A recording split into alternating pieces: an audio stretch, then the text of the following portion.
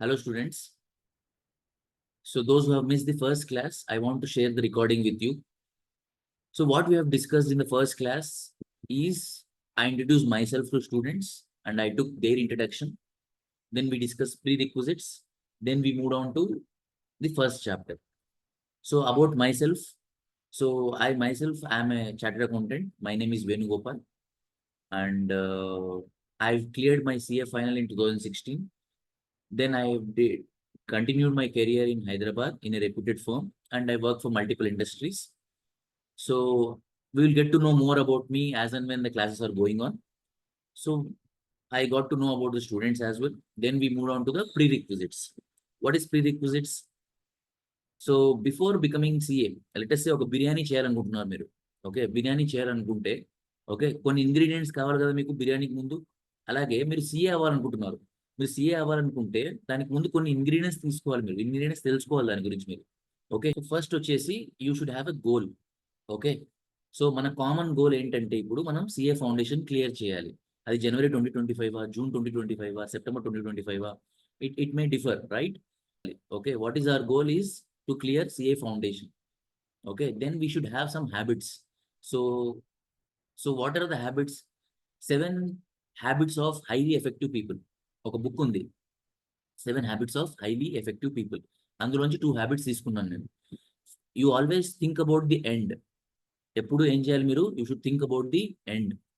Okay, what is your end point? That you get a result card with, okay, that you have cleared CA, right? That you have cleared CA.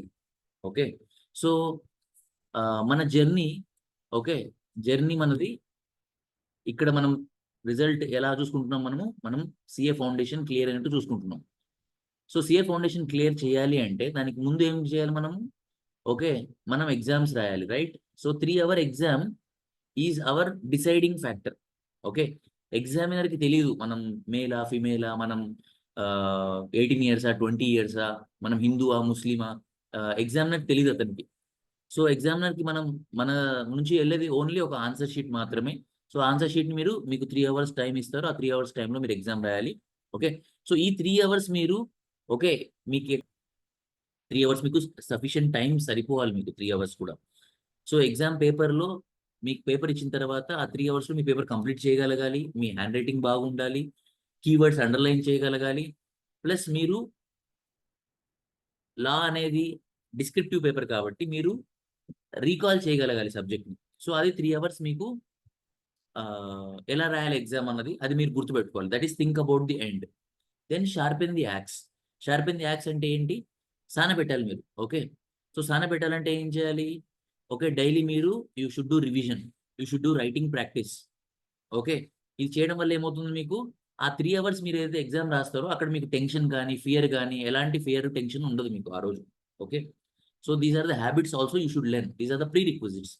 Then memory retention కోసం కొన్ని techniques కూడా మనం class రూమ్లో చూస్తాం, ఎలా ఎలా ఏం చేయాలి అని.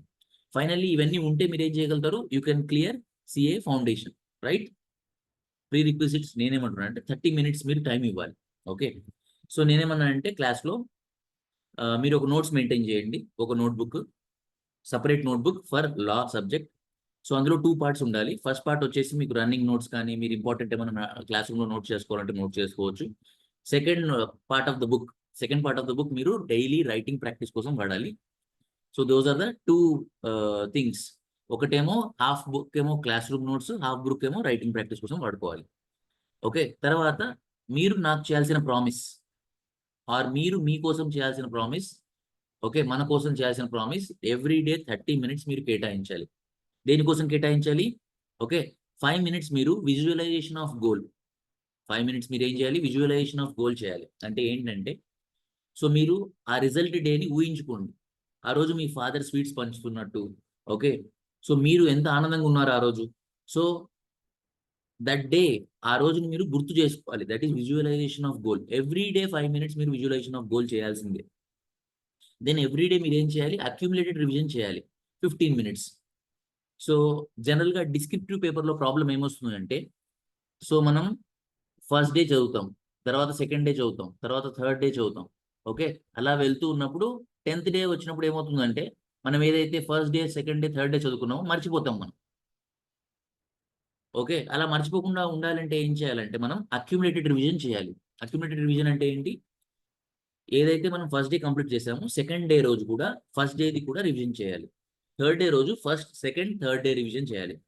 10th డే రోజు ఫస్ట్ టు 10th రివిజన్ చేయాలి. సో అక్యుములేటెడ్ రివిజన్ అనేది 15 minutes డైలీ మీరు చేయాలి.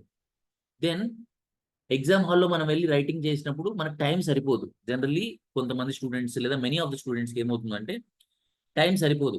ఓకే, లేదా హ్యాండ్ రైటింగ్ సరిగా ఉండదు. సో ఆ రోజు కష్టపడడం కన్నా మనం హ్యాబిట్ అనుకున్నాం కదా, think about the end. So what unit to do is unit to do writing practice for every day 10 minutes. సరే, ఏం ప్రాక్టీస్ చేయాలి? నేను ప్రాక్టీస్ క్వశ్చన్స్ ఆల్రెడీ మెటీరియల్లో ఇస్తున్నాను మీకు, అవి మీరు డైలీ ప్రాక్టీస్ చేయాలి. So these are the prerequisites. Okay, so once you understood these prerequisites, we'll move on to the subjects. So next video is for the subject. Okay, so let us start the journey. Thank you.